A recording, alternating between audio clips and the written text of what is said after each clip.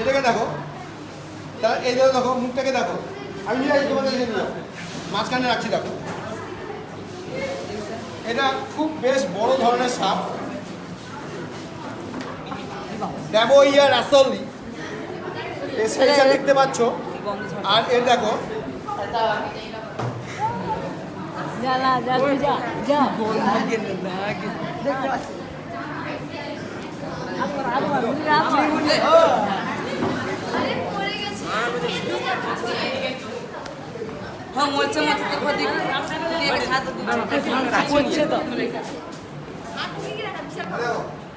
এর এইটাকে বলে ফ্যাং। ফ্যাং দাঁড়াও, এই যে দেখো আমি যেখানে ধরেছি এখানে একটা ফ্যাং, ওখানে একটা ফ্যাং থাকে। এই ফ্যাংয়ের নিচে আছে বিস্থলি, ঠিক আছে? এরকম করে হবে না, আমি প্রত্যেকের কাছে নিয়ে যাবো। দেখো এই দেখো জ্যাকব সমস্যা মাথায়, মস্তিষ্কের ভিতরে মানে যেখানে জিভটা ঢুকে, জিভটা তালুতে ওখানে থাকে।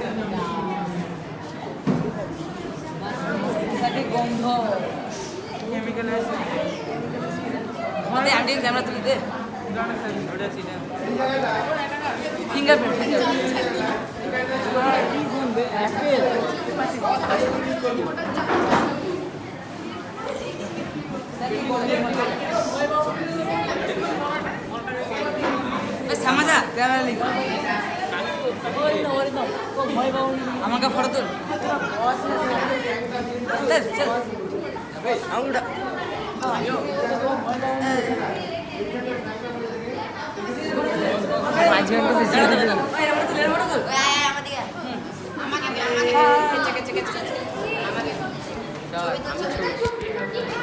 আইফোনের কোয়ালিটি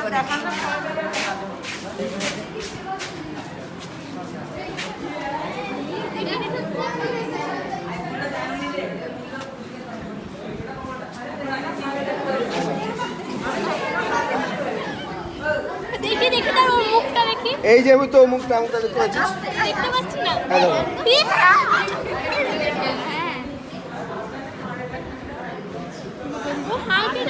হ্যাঁ, হাঁ কেড়ে রেখেছিলাম তাকে, হাঁ কাড়িয়ে রেখেছিলাম, তার ফ্যাংটা বেরিয়েছিল, ফ্যাং।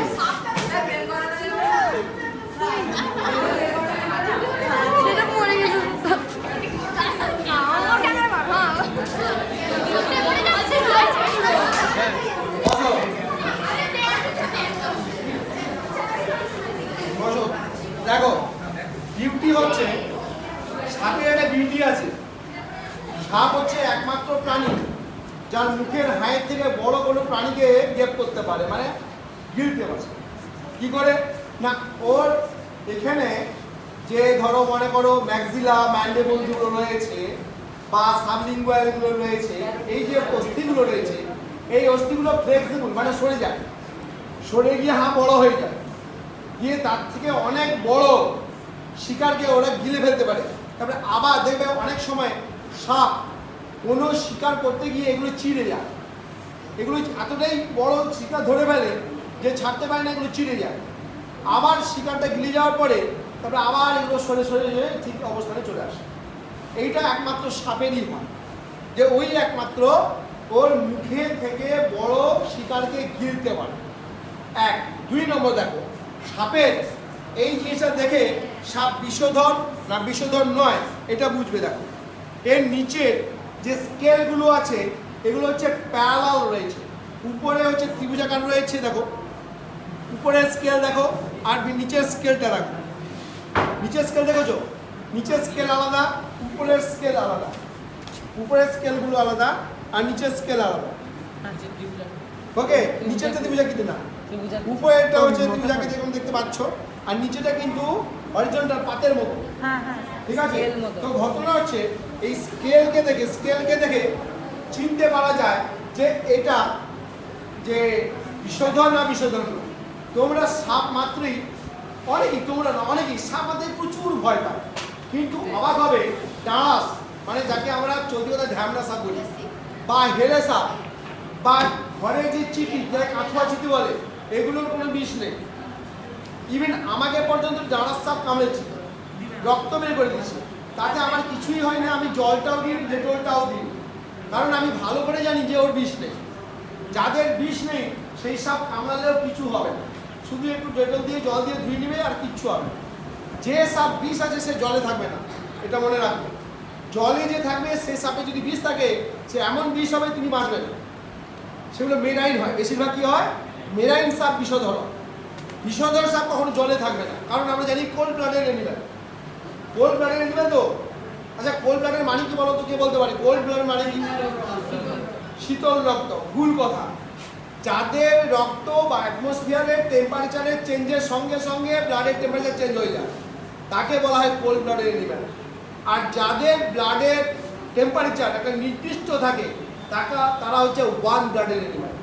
উষ্ণ শোণিত রক্তযুক্ত প্রাণী। মানে কি, আমরা সবাই বলি শীতল রক্ত প্রাণী, মানে রক্ত ঠান্ডা। না, রক্ত ঠান্ডা নয়, তাদের রক্তের উষ্ণতা পরিবেশের উষ্ণতার সঙ্গে সঙ্গে চেঞ্জ হয়ে যায়।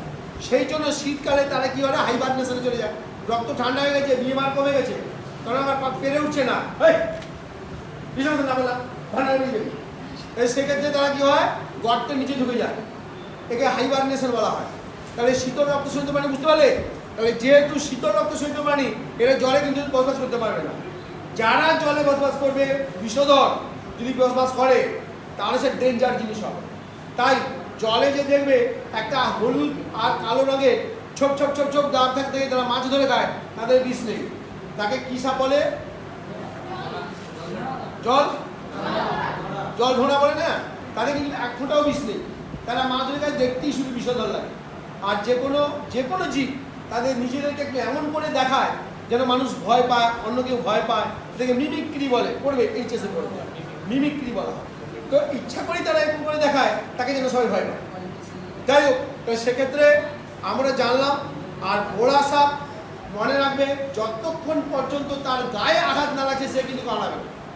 সে কোনো ইঁদুর বা কাঠবিড়ালি বা ব্যাঙ এগুলো ছাড়া তোমাকে সে কখনোই কামড়াবে না, জানে তোমাকে সে খেতে পারবে না। এত বড় বডিটাকে সে খেতে পারবে না, সে বিলক্ষণ জানে। সে কখনোই গিলতে যাবে না। সে গিলতে যাবে কাকে? হয় ব্যাঙকে বা ইঁদুরকে বা কাঠবিড়ালিকে বা কোনো পাখিকে ইত্যাদি ইত্যাদি। তাহলে এ ছোবল মারবে কখন? যখন তার গায়ে আঘাতটা লাগে। আঘাত লাগলে সে নিজে বাঁচার জন্যই ছোবলটা মারে। আর আরেকটা কথা বলে দিই, যে বিষটা হচ্ছে দুইভাবে যায়। দেখো, সাপের বিষ ঘটনা হচ্ছে এইটা যদি হয়, সাপ যদি মনে করো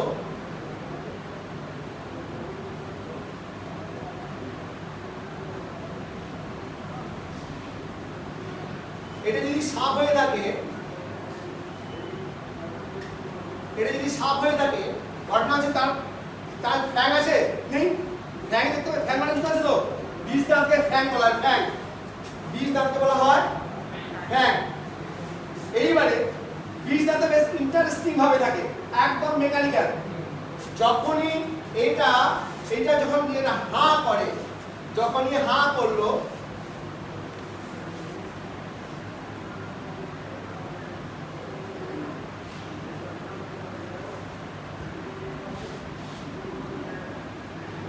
তখন এই বীজটা এই হয়ে গেল।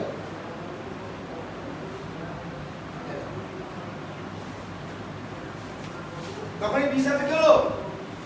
বীজটা এই হয়ে গেল, এই বেরিয়ে গেল। আর যখনই মুখটা বন্ধ হবে, সঙ্গে সঙ্গে বীজটা কি হবে? বীজটা ভিতর দিকে একবারে ঢুকে যাবে। যখন মুখটা বন্ধ হবে, বীজটা একদম করে ঢুকে যাবে।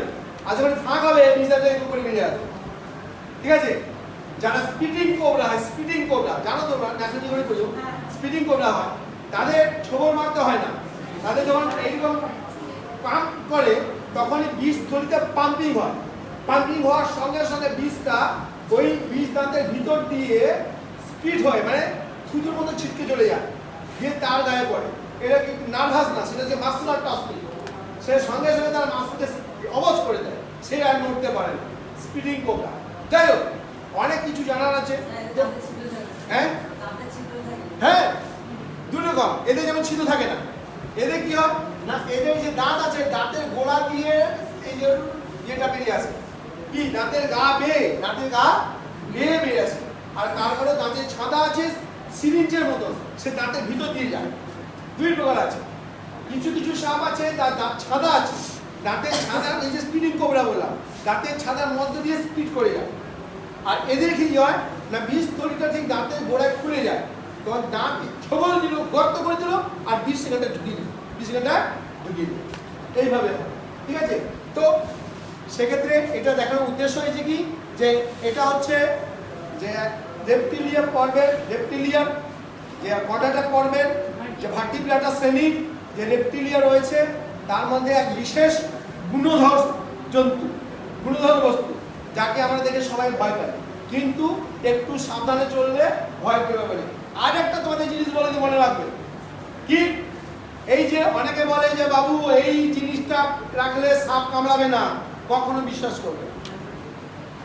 তাকে দেখাবে, তুমি দেখবে এই দেখো কাঠি, এই দেখো কাঠি, আমি সাপের কাছে নিয়ে যাচ্ছি, সাপ একদম উড়ে যাচ্ছে, লুকিয়ে যাচ্ছে, বুঝতে দেখেছো? এইটা হচ্ছে জিনিস, এইটা থাকলে সাপ কামড়াবে না, কেউ বিশ্বাস করবে না। 190% ফালতু মিথ্যা কথা। কারণ সাপের নাক নেই, নাক থাকলে থেকে গন্ধ পায় না, সাপের জীবের মাধ্যমে প্রোটিনের গন্ধ হলে যার জ্যাকবসন অর্গানের মাধ্যমে বুঝতে পারে। ঠিক আছে? তাহলে সাপ তার পালিয়ে যায় কেন না, সাপকে তারা ধরে লোহার শিককে গরম করে বারবার ছেঁকাতে থাকে। এই যে ভয় পেয়ে যায়, সেই ভয়ে সে যখন বিন বাজাচ্ছে, তখন সাপও এরকম করতে থাকে। সে বিন শুনছে, ভাবো নাকি সে বিন শুনছে না, সে সেইটার প্রতি লক্ষ্য রাখছে, কোনটা সেই যে নড়ছে, সে ভাবছে আমাকে ছেঁকাবে, সে ভাবছে আমাকে ছেঁকাবে, সে পো পো করছে, সে আদৌ শুনছে না, তার সাপের কান নেই। সে তুমি বাবু বলবে আচ্ছা তুমি দেখাচ্ছি, বিনটাকে বন্ধ করো, আমি একটা বাসে কাটি দিচ্ছি, বাসটাকে এরকম করো, দেখবে সাপ এরকম করছে। মানুষকে প্রচন্ড ঠকানোর জন্য তোমাদের গ্রামে গ্রামে ঘরে ঘরে লোক আসে, বলে সাপের মণি আছে, সাপের মাথায় মণি আছে, দিয়ে কেটে দিয়ে নীল রঙের একটা কোনো কাপে যে নীল রঙের কাঁচ, নীল রঙের কাঁচ তোমাদের দেখাচ্ছি, দেখো এই 5,000 টাকা দাম, 10,000 টাকা দাম, ভুলেও বিশ্বাস করবে না। ওই তুলোর মধ্যে সেটা থাকে, ওইটাকে যখন ধরে বাবু সাথে দেখি দিয়ে সাথে নিয়ে ধরে বের করে দিল, এই দেখো এটা হচ্ছে সাপের মণি, ভুলেও বিশ্বাস করবে না। সাপের মণি কোনদিন হয় না, ওগুলো গল্পে উপন্যাসে এগুলো হয়, মস্তিষ্কে কোনদিন পাথর জমে না। পাথর জমে কোথায় জন্মাবে? কিডনিতে। পাথর যদি থাকে কোথায় থাকবে? কিডনিতে দেবে, পেটেও থাকবে না, পেটে থাকলে বেরিয়ে যাবে, গল ব্লাডারে হবে বা কিডনিতে হবে। পাকস্থলীতে কোনো পাথর থাকবে না। যদি বড় কোনো পাথর আটকে যেত আলাদা কথা, তাহলে ওই ঠেলাতে বেরিয়ে চলে যাবে, ঠেলাতে বেরিয়ে চলে যাবে। ঠিক আছে? তাহলে সাপের মণি কখনো হয় না, সাপের কোনো ওষুধ নেই, সাপের কোনো ওষুধ নেই। আর তাই তাদেরকে সাপ কামড়াতে লাগে না কেন? তারা বিষথলি কেটে দিচ্ছে। সাপ ধরার সঙ্গে সঙ্গে তারা কি করে? বিষথলিকে কেটে দেয়, বিষ আর তাদের সঞ্চিত হয় না, যার জন্য তাদের সেই সাপ কামড়ালে কিছু হবে না, দেখলে আমরা প্রথমে ভয় পাই। ওকে, তাহলে সাপ সম্পর্কে হলো, ক্লাস 9-এর হলো। এবারে চলে আসি আমরা ক্লাস 9-এর আরেকটা জিনিস চলে আসি। দেখো আমরা জানি আমাদের শ্বাসঙ্গ কি গো? ফুসফুস। ওকে, ফুসফুসে কি হয়? গ্যাসীয় আদান প্রদান হয়, হয়তো গ্যাসীয় আদান প্রদান হয়। তাহলে আচ্ছা বলো তো, যে আমরা বাতাস নিলাম, ফুসফুস ফুললো, আবার বাতাস ছাড়লাম, ফুসফুস সংকুচিত। ঠিক আছে? তাহলে বাতাস নিচ্ছি বলে ফুসফুস ফুলছে, আর বাতাস ছাড়ছি বলে ফুসফুস সংকুচিত হচ্ছে। ওকে, সবাই জানো তোমরা এই ফুসফুস ফুলে বা সংকুচিত হয় কেন? কি পড়েছো বলো বলো? ফুসফুস ফুলে যায় আবার সংকুচিত হয় কেন? বলো বলো। ফুসফুস ফুলে বলো বলো। হ্যাঁ হ্যাঁ বলো বলো, ঠিক বলছো ঠিক বলছো। আমাদের একটা ভ্রান্ত ধারণা আছে, আমরা বেশিরভাগই ভাবি যে আমরা প্রশ্বাস হচ্ছে বলে ফুসফুস ফুলছে, ছাড়ছি বলি নিঃশ্বাস হচ্ছে বলে ফুসফুস সংকুচিত হচ্ছে, কিন্তু তা নয়। ফুসফুস একা একা ফুলছে, আর ফুসফুস ফুলছে বলে আমরা বাতাস নিচ্ছি। অবাক লাগছে শুনতে। আমরা ভাবছি যে আমরা এরকম করছি তাই ফুসফুস ফুলছে, সংকুচিত হচ্ছে, তাই তো না? ফুসফুস এক এক আপনি যে করলেন সেটা আমি ইচ্ছা করে করলাম। আমি যখন ইচ্ছা করে করছি না, মনে করো ক্লাসে তোমাকে হঠাৎ হেড স্যার ডেকেছেন, এই চয়ন হেড স্যার ডেকেছেন, হ্যাঁ ভয় পেয়ে গেছো, তবে ভয় পেয়ে তাহলে কী হবে? ফুসফুস বন্ধ হয়ে যাবে, তুমি তো ভুলে গেছো। বা ক্রিকেট খেলছো, একটা ভালো বলে সে ছক্কা মারবে, তখন কি আর প্রশ্বাস নিতে মনে থাকবে? তখন তো বন্ধ হয়ে গেছে। বা ঘুমিয়ে গেছো, তুমি কি আর তখন মনে করে করবে? আর তুমি মরে যাবে। সেই জন্য মেকানিক্যাল সিস্টেম এমনটাই করেছে, তোমাকে কিছু করতে হবে না, ইট উইল অটোমেটেড, এটা অটোমেটিক হবে। তো আমাদের এই মডেলটা দেখবো, তোমরা বইতেও দেখেছো, আমাদের এই মডেলটাই দেখবো আমরা। দেখো আমরা, এটা হচ্ছে বক্ষ গহ্বর, এটা হচ্ছে বক্ষ গহ্বর, এয়ার টাইট। এটা হচ্ছে ট্রাকিয়া, এটাকে মনে করো এখানটায় পুতুল ছিল একটা, যার নাক ছিল আর। তো এই এটা হচ্ছে নাকের ছাদা, নাকের এই যে ট্রাকিয়া, ট্রাকিয়া এসে দুপাশে হচ্ছে ব্রঙ্কাস, তারপরে ব্রঙ্কিওল হয়ে হয়ে হয়ে হয়ে একটা ফুসফুস তৈরি হয়েছে, দুটো ফুসফুস। ওকে, আর এইটা হচ্ছে বক্ষ গহ্বর আর উদর গহ্বরের মাঝে থাকা ডায়াফ্রাম যে বলছিল, এটা হচ্ছে ডায়াফ্রাম, এটা হচ্ছে ডায়াফ্রাম। এই ডায়াফ্রামটা হচ্ছে কি পেশি? অনৈচ্ছিক পেশি। যে পেশি আমাদের ইচ্ছার উপরে চলে না, সেটা স্বেচ্ছায় চলছে, আমাদের ইচ্ছায় চলছে না, একে অনৈচ্ছিক পেশি বলবো আমরা। এই অনৈচ্ছিক পেশি তিনটা রয়েছে, একটা হচ্ছে ডায়াফ্রাম রয়েছে, আরেকটা রয়েছে ইন্টারকস্টাল মাসল রয়েছে, মানে যে বুকের পাঁজরা দেখতে পাচ্ছ, বুকের পাঁজরার সঙ্গে আছে ইন্টারকস্টাল মাসল। এই মাসলগুলো যখন সংকুচিত হয় তখন এটা উপরের দিকে উঠে আবার নিচের দিকে নামে, মানে প্রস্থে প্রসারিত হয়। এইভাবে দেখো, মনে করো এই ফুসফুসটা, এই যে ফুসফুস দুটো, এইবারে শ্বাস প্রশ্বাস অটোমেটিক হচ্ছে কি করে? এই দেখো,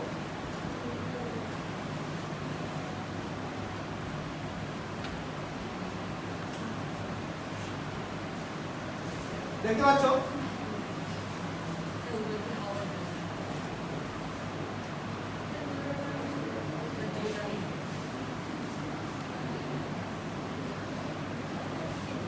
জোরে টানুন।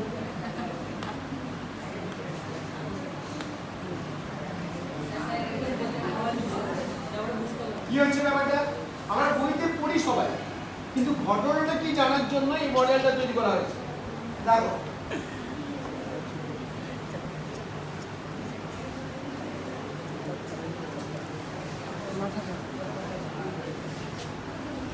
দেখেছো? এইটাই হচ্ছে কি, এইটা হচ্ছে ডায়াফ্রাম, এটা হচ্ছে ডায়াফ্রাম। ওকে, এই ডায়াফ্রাম অনৈচ্ছিক পেশি অটোমেটিক্যালি এটা নিচের দিকে নামছে, উপর দিকে উঠছে।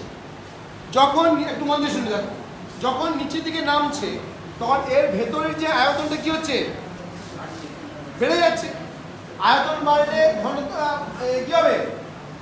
এই যে ঘনত্ব কি হচ্ছে, মানে চাপ কি হচ্ছে? চাপ কমে যাবে। ওই চাপ কমে গেলে বাইরের বায়ুর চাপ বেশি, ভেতরের চাপ কম, ফলে কি হবে? অটোমেটিক্যালি বাতাস এই পথ দিয়ে ভিতরে প্রবেশ করবে, অটোমেটিক্যালি। আমাকে মনে করতে হচ্ছে না যে ভোলানোর জন্য, বুঝতে পারছি? দেখো আবার বলছি, এটা এয়ারটাইট হয়ে আছে, এই পথ দিয়ে কোনো বাতাস ঢুকতে পারছে না। আমাদেরও ঠিক সেরকম, আমাদের বক্ষ গহ্বর উদর গহ্বর দুটো পার্টে ভাগ করা আছে। এই বক্ষ গহ্বরের ভিতরে কোনো বাতাস ঢুকতে পারছে না, বাতাস ঢুকছে এই পথ দিয়ে, এই পথ দিয়ে ঢুকছে। তো যখন মনে করো মধ্যচ্ছদা নিচের দিকে নেমে যাচ্ছে, দেখো মধ্যচ্ছদা যখন নিচের দিকে নেমে যাচ্ছে, এর ভেতরে যে দৈর্ঘ্য, এর ভেতরে যে দৈর্ঘ্যটা, এটা কি হচ্ছে? বৃদ্ধি পেয়েছে। দৈর্ঘ্যটা দেখো বৃদ্ধি পাচ্ছে, পাচ্ছে তো? এবার দৈর্ঘ্য বৃদ্ধি পেলে ভিতরে চাপ কি হচ্ছে? কমে যাচ্ছে। তাহলে বাইরের বায়ুর চাপ বেশি, ভিতরের চাপ কম, অটোমেটিক্যালি বাতাস কি হচ্ছে? নাসাপথ নিজের এক্সটার্নাল নস্ট্রিল, তারপরে নাসাপথ মানে নাসা গুহা, তারপরে ইন্টারনাল নস্ট্রিল, তারপরে নাজোফ্যারিংস, তারপরে হচ্ছে নাসাল ক্যাভিটি, নাজোফ্যারিংস, ট্রাকিয়ার পরে ব্রঙ্কাস পরে ব্রঙ্কিওলের পরে একাধিক অ্যাট্রিয়াল ব্রঙ্কিওল ভাগ। কটা বেলুন আছে আমাদের শরীরে? 30 থেকে 33 কোটি বেলুন আছে। আর তোমরা মেলায় গিয়ে একটা বেলুনের জন্য মায়ের কাছে কান্নাকাটি করো, বেলুন বেলুন বেলুন। প্রত্যেকে 30 থেকে 33 কোটি বেলুন নিয়ে ঘুরছো। ওকে, তাহলে দেখো বুঝতে পারছো, স্টুডেন্টস মিস মাইন্ড হলে কিন্তু ঘরে কিছু নিয়ে যেতে পারবে না। তাহলে এটা তো শুধু দৈর্ঘ্যে আয়তনে বাড়লো, তেমনি প্রস্থেও আয়তনে বাড়ে। তাহলে দৈর্ঘ্য প্রস্থের আয়তনে বাড়ার জন্য তাহলে এবারে বলো যে ফুসফুস ফুলছে বলে আমরা বাতাস নিচ্ছি, না বাতাস নিচ্ছি বলে ফুসফুস ফুলছে?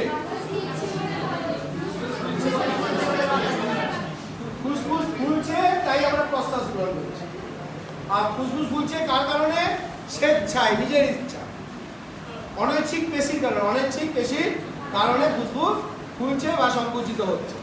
ওকে, আর ফুসফুসে থাকে একাধিক অ্যালভিওলাস বা বায়ুথলি, যেখানে গ্যাসিয়াস এক্সচেঞ্জ হয়, গ্যাসিয়াস এক্সচেঞ্জ হয়। এবারে বলে দিই, তোমরা একটু বড় ছেলে, তোমাদেরকে অবশ্যই বলা উচিত যে এই যে বায়ুথলি, ধরো এটা একটা বায়ুথলি, এর উপরে আছে রক্তজালক। একটু মন দিয়ে শুনবে, বিশেষ করে ছেলেরা একটু মন দিয়ে শুনবে, কারণ একটু উঠতি বয়সের ছেলেরা অ্যাডোলেসেন্স পিরিয়ডে পা দিয়েছো, অনেক কিছু বাইরের জিনিসকে দেখে খুব ভালো লাগে, মনে করো সেই জিনিসটা খুব ভালো লাগছে, আমিও সেরকম করলে খুব ভালো দেখাবে। কিন্তু কি হয় দেখো, ঘটনা হচ্ছে যে এখান থেকে লোহিত রক্ত কণিকাগুলো আসছে, কি বয়ে নিয়ে আসছে? কি বয়ে নিয়ে আসছে? কার্বন ডাই অক্সাইড বয়ে নিয়ে আসছে। কি বয়ে নিয়ে আসছে? Carbon die oxide. Haemoglobin carbon die অক্সাইডের সঙ্গে যুক্ত হয়ে কার্বোমিনো হিমোগ্লোবিন তৈরি হয়েছে, বয়ে নিয়ে আসছে। ওকে, এইবারে এখানে তোমার বাতাসটা ঢুকেছে, এর মধ্যে কি আছে? O2 বেশি আছে। ওকে, এখানে গ্যাসিয়াস এক্সচেঞ্জ হচ্ছে, CO2 চলে আসছে এর মধ্যে, O2 চলে আসছে এর মধ্যে, অর্থাৎ কার্বোমিনো হিমোগ্লোবিন পরিবর্তিত হচ্ছে অক্সি হিমোগ্লোবিনে। ওকে, এইবারে মনে করো যিনি প্রচুর পরিমাণে স্মোক করেন, ধূমপান করেন, সে ধূমপানের সঙ্গে কি থাকে? 400 রকমের আলকাতরা থাকে। সিগারেট কিংবা বিড়ির ধোঁয়াতে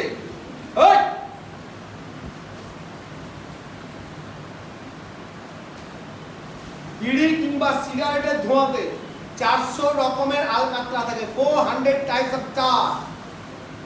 এই আলকাতরাগুলো এখানে জলীয় বাষ্পের সঙ্গে যুক্ত হয়ে এইখানটায় এবারে সঞ্চিত হতে শুরু করলো, অর্থাৎ এন্ডোথেলিয়াল পর্দা, যার মাধ্যমে আদান প্রদান হচ্ছে।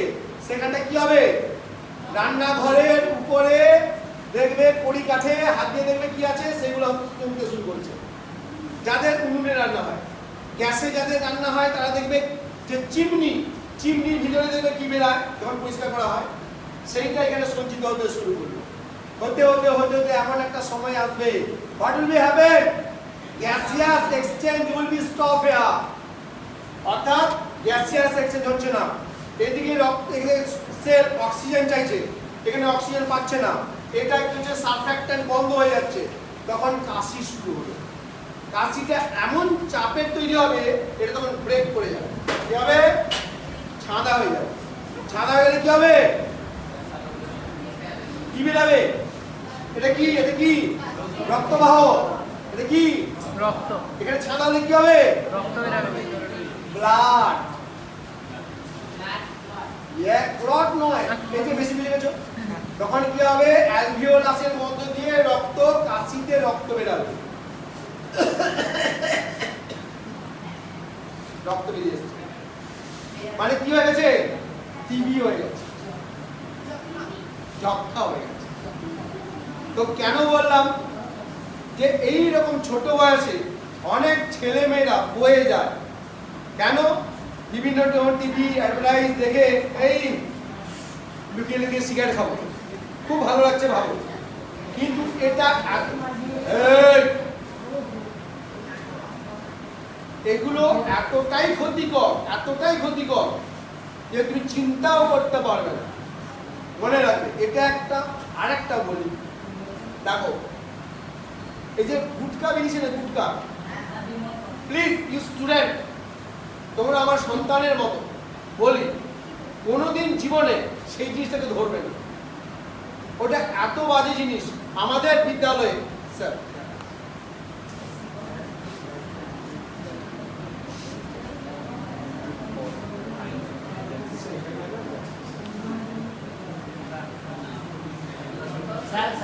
স্যারের ক্লাস করো, এটা আমাদের ক্লাবের পক্ষ থেকে স্যারের প্রতি একটা ছোট্ট উপহার।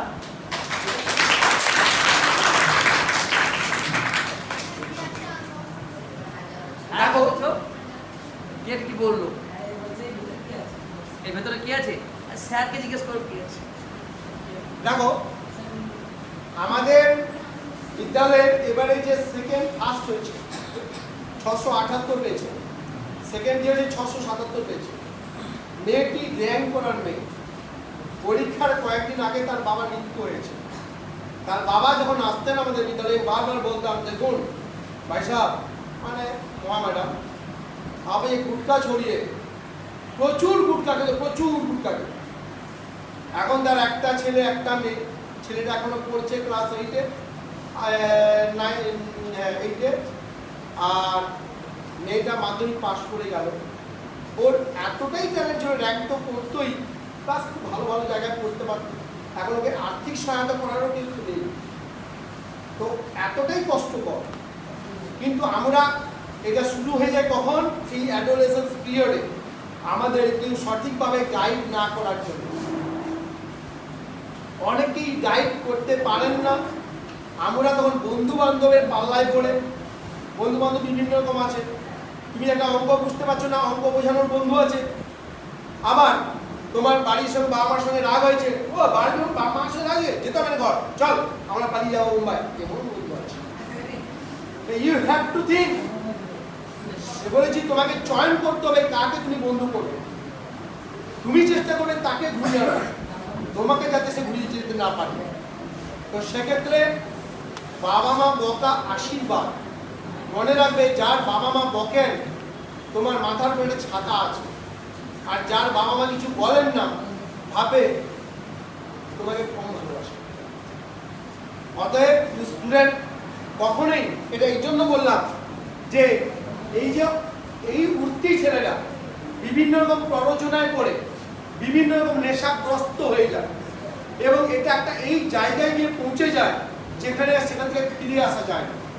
তো কখনোই এর না। আমার চোখে দেখা অনেক ঘটনা ঘটেছে, অনেক ঘটনা ঘটেছে, যার জন্য তোমাদের বলছি এবং বলতে বাধ্য হচ্ছি।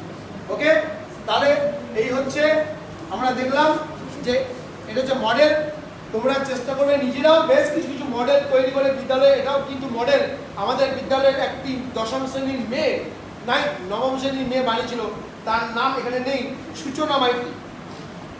সে এখন ব্যাঙ্গালোরে পড়ছে, আর তার বোনও পড়ে গেছে। তো ওয়ান্ডারফুল মেয়ে, খুব ভালো মেয়ে সূচনা মাইতি, সেই মডেলটা তৈরি করেছিল। তো এটা অনেকেরই কাজে লাগছে, তোমরাও তৈরি করবে। অযথা সময়কে নষ্ট না করে এইরকম টিএলএম অনেক কিছু নিজেরা তৈরি করতে পারো। টিচিং যে ম্যাটেরিয়ালসগুলো অবশ্যই তৈরি করবে। চলো লাস্টে ক্লাস 10-এর জন্য একটা ক্লাস দিই, যে আমরা সবাই স্নায়ু পড়েছি। স্নায়ুর মধ্যে খুব গুরুত্বপূর্ণ অঙ্গ চোখ পড়েছি, চোখ। হ্যাঁ, তো আমি তোমাদের আজকে দেখবো, তোমাদের চোখ থেকে বের করে আনবো, চোখটাকে বের করে এনে দেখাবো যে চোখে কি কি আছে। ঠিক আছে?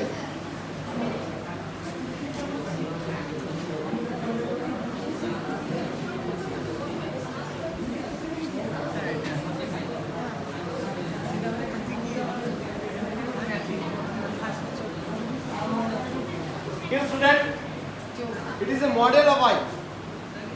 হ্যাঁ, চোখটা কিন্তু এইরকম। আমরা শুধু এখানে এইটুকু অংশটা দেখতে পাচ্ছি সকালে, এই অংশটা শুধু দেখতে পাচ্ছি। 1/6 অর্থাৎ 6 ভাগে 1 ভাগ, 1/6 অংশটা দেখতে পাচ্ছি, বাকিটা পিছনটা। মডেল দেখতে পাচ্ছ? হ্যাঁ, দেখতে পাচ্ছ? আমরা চোখে যেটা দেখতে পাই শুধু এইটুকু অংশটা দেখছি।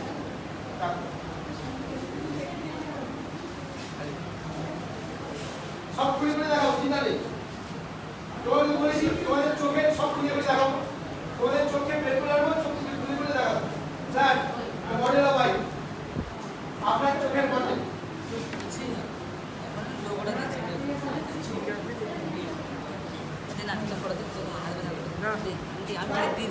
তোমার চোখ তুমি দেখতে পাচ্ছ? ওঠে জাস্ট ওঠে, আর কিছু আস্তে বিশ্বাস তোমার চোখে বের করে এনেছি।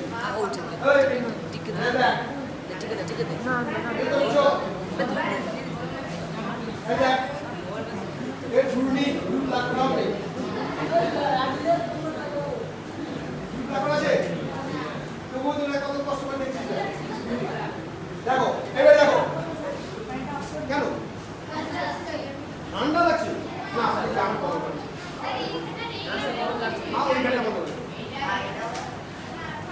যাবে। দেখো আমরা জানি, দেখো টাইমটা নষ্ট হচ্ছে প্লিজ।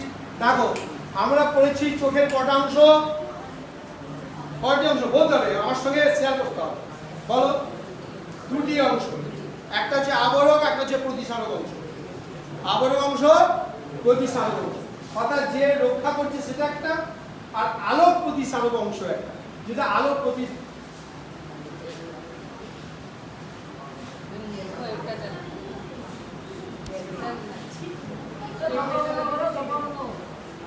এইটা যেন কত সময় নষ্ট করছে ওরা অনুময় যাবে। দেখো তাহলে আবরক অংশ, প্রতিসারক অংশ। আরো আবরক অংশকে আমরা তিনটি ভাগে ভাগ করি। কি কি? এক হচ্ছে কি স্ক্লেরা, তারপরে করয়েড, আর তারপরে ভেতরটা হচ্ছে রেটিনা। স্ক্লেরা যেটাকে শ্বেতমণ্ডল বলা হয়, এইটা হচ্ছে শ্বেতমণ্ডল, একেবারে উপরের যে পেশিময় অংশ। তারপরে হচ্ছে কি রক্তবাহ সমন্বিত অংশ। দেখো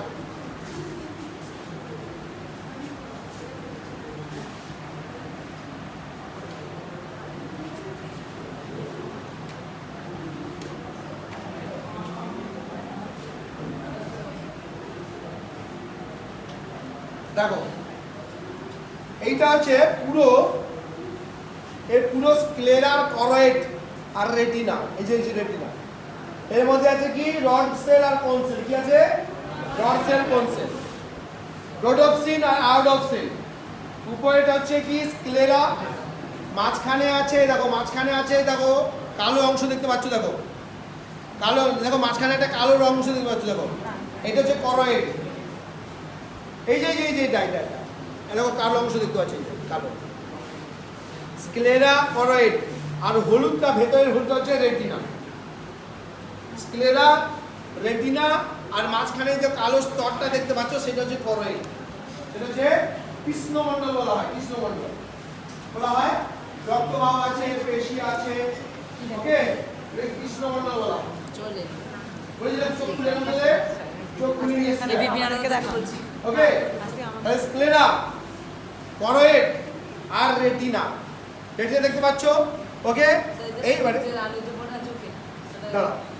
এইবারে এর ভেতরে যে অংশটা দেখো, এই দেখো সামনে কি আছে, একেবারে সামনে আছে লেন্স। এটা হচ্ছে কনজাংটিভা, বের করে নিচ্ছি দেখো, কনজাংটিভা, যেখানে ভাইরাস রোগ হয় কনজাংটিভাইটিস, অর্থাৎ লেন্সের উপরে যে স্ক্লেরার অংশ তাকে কর্নিয়া বলা হয়। কি বলা হয়? কর্নিয়া। লেন্সের সামনে এটা হচ্ছে লেন্স। এ দেখো এবারে চোখের লেন্সটা বের করছি, দেখো এটা হচ্ছে চোখের লেন্স, এটা হচ্ছে আইরিস। এইটা ছোট বড় হয়, কি হয়? ছোট বড় হয়। আলো কতটা প্রবেশ করবে সেইটা এটা নিয়ন্ত্রণ করে, এটা কি আইরিস, ওকে। তারপরে এইটা হচ্ছে লেন্স, এ দেখো লেন্স হলো। এই লেন্সের সামনের যে অংশটা ছিল, লেন্স আর কর্নিয়ার সামনে, তাকে বলা হচ্ছে অ্যাকুয়াস হিউমার। আর লেন্সের পেছনের যে অংশ তাকে বলা হচ্ছে ভিট্রিয়াস হিউমার, তাকে বলা হচ্ছে ভিট্রিয়াস হিউমার। দেখো পুরো অংশ বেরিয়ে চলে এলো, হয়েছে, দেখেছো?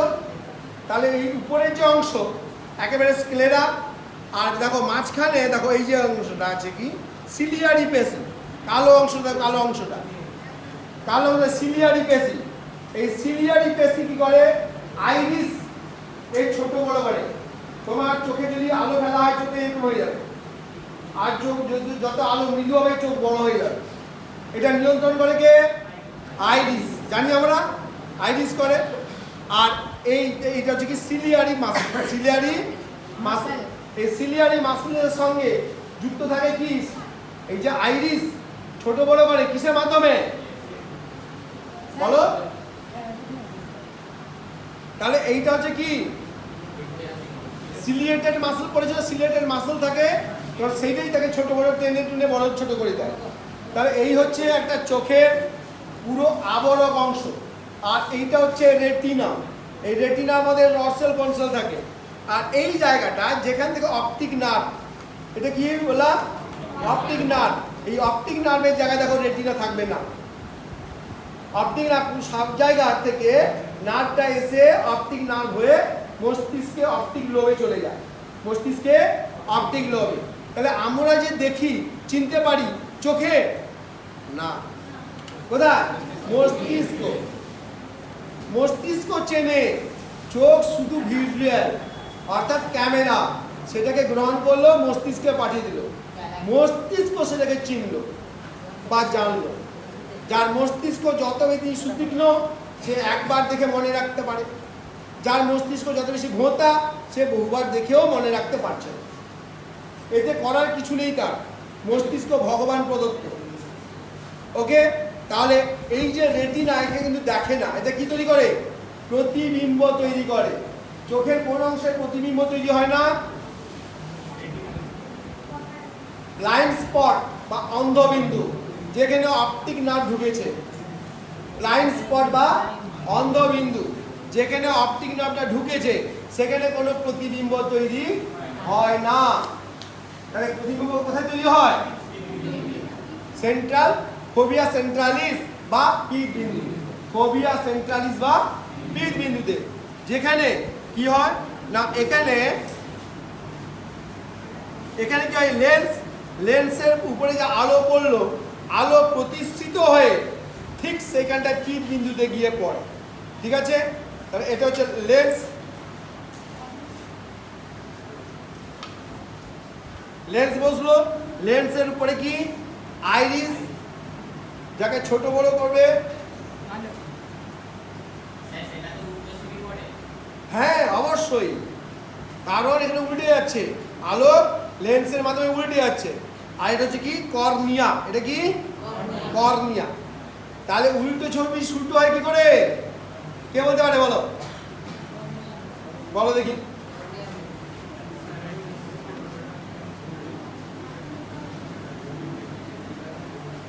উল্টো ছবি উল্টো হয় কি করে?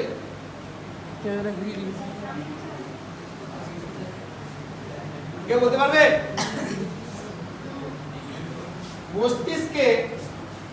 মস্তিষ্কে কাছে গিয়ে এটা হচ্ছে এই মস্তিষ্ক, শুধু সেরিব্রাল হেমিস্ফিয়ার। গাইরাস আর জাইরাস থেকে তোমরা সবাই মস্তিষ্ক পড়েছো নিশ্চয়ই। এবারে সেখানে গিয়ে ডান পাশে যত অঙ্গে সব গিয়ে এরকম গিয়ে হয়ে যায়, উল্টো দিকে হয়ে যায়, ক্রস হয়ে যায়। যার জন্য যদি রাইট সাইডে সেরিব্রাল থ্রম্বোসিস হয় তাহলে বাম সাইড প্যারালাইসিস হয়, আর বাম সাইডে যদি হয় ডান সাইডে প্যারালাইসিস হয়। এখানে ঠিক সেরকম চোখ গিয়ে এরকম উল্টে যাচ্ছে, ফলে প্রতিবিম্ব আবার উল্টে যাচ্ছে। তাহলে একবার উল্টানো হলো, আরেকবার উল্টানো হলো, তাহলে কি হলো? এই জন্য চোখে উল্টানো প্রতিবিম্ব মস্তিষ্কে উল্টো দেখে। রিলে সেন্টার যে আছে সে ক্রস হয়ে গেছে, রিলে সেন্টার ক্রস। ওকে, তাহলে এই জন্যই আমরা এটা বুঝি শিখি। তাহলে এই হচ্ছে আজকে আমার ঝুলিতে থাকা তোমাদের জন্য বস্তু। আর আমার একটা চ্যানেল আছে, ইউটিউব চ্যানেল, যদি বিভিন্ন ক্লাস আছে তাতে, যদি তোমরা দেখতে চাও দেখবে। তাদের 9, 10, 11, 12 প্রচুর ক্লাস দেওয়া আছে। আর কেন বলছি, আর তোমরা যদি মনে করো যে স্যার এই ক্লাসটা একটু ইউটিউবে দিয়ে বুঝিয়ে দেবেন, তাহলে বলবে, আমি চেষ্টা করব ওটাকে পাঠানো। চ্যানেলটার নাম হচ্ছে ডি ভট্টাচার্য বায়োলজি ক্লাস।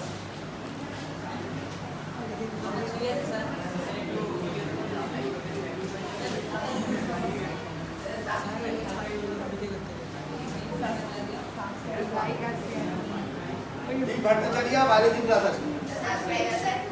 হ্যাঁ কি সাবস্ক্রাইব করলে করবে, না করলে নেই।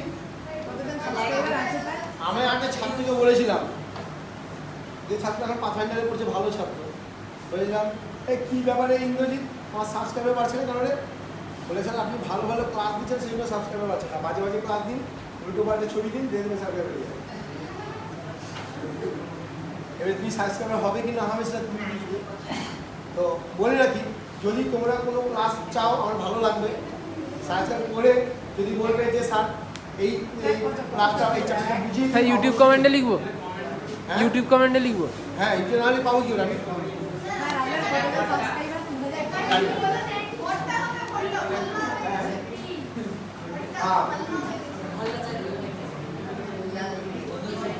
ওকে স্টুডেন্ট, এই ছিল ব্যাপার। আর একটা কথা বলি, শেষে যাওয়ার সময় তোমাদের একটা কথা বলি যে তোমাদের উপর বাবা মার প্রচুর আশা এবং তোমার ভবিষ্যৎ। বর্তমান প্রজন্ম এই ইউটিউব চ্যানেল আর মোবাইল আর টিভির পিছনে দৌড়ে দৌড়ে আমাদের প্রচুর ভালো ছাত্র নষ্ট হয়ে আছে। আমাদের এবছর যে ইন্দ্রজিৎ পাহাড়ি যে র্যাঙ্ক করা ছাত্র ছিল, ভীষণ ভীষণ মেরিট হয়ে গেছে, এত মেরিটের চিন্তা করতে পারে, কিন্তু সেও শেষকালে পড়াশোনা বন্ধ করে দিয়ে মানে ফিকির হয়ে গেল, যার জন্য হলো না, এখন মাথা ঘুরছে। তো সেক্ষেত্রে আর তো হবে না, এখন সময় চলে গেলে আর পাবে না। তো সেক্ষেত্রে তোমরা জানবে যে নিজের জায়গা থেকে ঠিক করতে গেলে আপাতত এইচএসের পর যে যেদিকে যাও না কেন সেই জায়গাটা করে নেওয়ার পর তারপরে তুমি মুক্ত, তখন তুমি যা ইচ্ছা করো।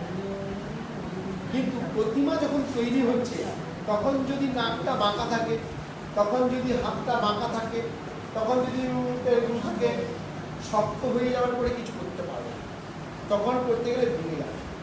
তো এখন হচ্ছে তোমাদের জীবন গড়ার সময়। স্টুডেন্ট, তোমরা মাঝে মাঝে ধ্যান করবে, বিবেকানন্দের, রামকৃষ্ণের ধ্যান, যে যার গুরুকে ভজ ধ্যান করবে। ধ্যান করলে, মেডিটেশন করলে স্নায়ু প্রবল, তা আধ ঘন্টার পর 15 মিনিট হয়ে যায়। বায়োলজি একটা এমন ক্লাস যা তোমার জীবনের সব কিছুর সঙ্গে জড়িত।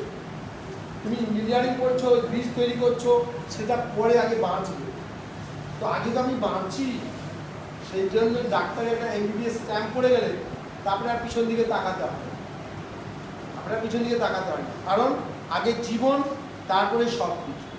তাই সেক্ষেত্রে স্টুডেন্ট সায়েন্সটা ভালো করে পড়বে আর সায়েন্সটাকে বোঝার চেষ্টা করবে।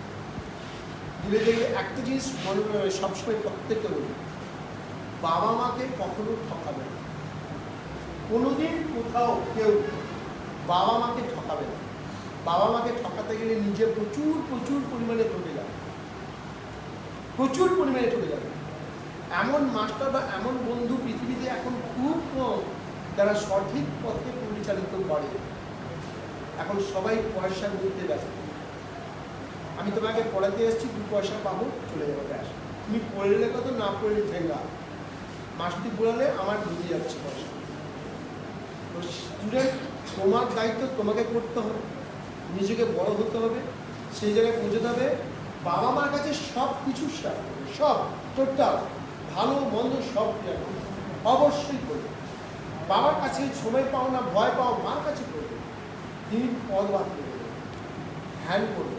তোমরা 9-10 ছেলে, তোমরা হচ্ছে দেশের ভবিষ্যৎ, নিজের ভবিষ্যৎ। বর্তমান যা অবস্থা দেখছো, 100-তে 100 পেয়েও র্যাঙ্ক নেই, স্থান নেই অবস্থা। এত এত টাকা দিয়ে এসএসসিতে চাকরি দিতে হচ্ছে। টাকা খাচ্ছে কে? শুনতে পেয়েছো নিশ্চয়ই, 110 কিলো শুনতে পেয়েছো। আর আমাদের ঘরে সাধারণ ছেলে হচ্ছে জমি বাড়ি, মায়ের গয়না দায়না বিক্রি করে তাকে টাকা দিয়ে আসছে। কেন? পড়াশোনা করেনি বলে তা নয়, পরিবেশ। এই স্টুডেন্ট, পুঁথিগত বিদ্যা তোমাদের যাই হোক না কেন, নৈতিকতা যেন ভালো, নৈতিকতা যেন সঠিক থাকে, মানুষের মতো মানুষ হোক, আর কিছু চাই না। দেখবে জীবনে দাঁড়াতে কোনো ভুল হবে, বুকের পাড়া সোজা করে হাঁটবে, সত্যি কথা বলবে। বাবা মার কাছে সব কিছু শেয়ার করবে, বিশেষ করে মেয়েদের বাবা মার কাছে সব কিছু শেয়ার করবে, ভালো মন্দ সব শেয়ার করবে। এখন যেটা সর্ষের ফুলের মতো মনে হচ্ছে, 2 দিন পরে ফুল ঝরে গেলে আর কি যাবে, তখন সব শেষ, কিছু করার নেই, বেশি হাসবে। Student, be careful about yourself and ourselves. Okay? Thank you very much for your giving time. Okay.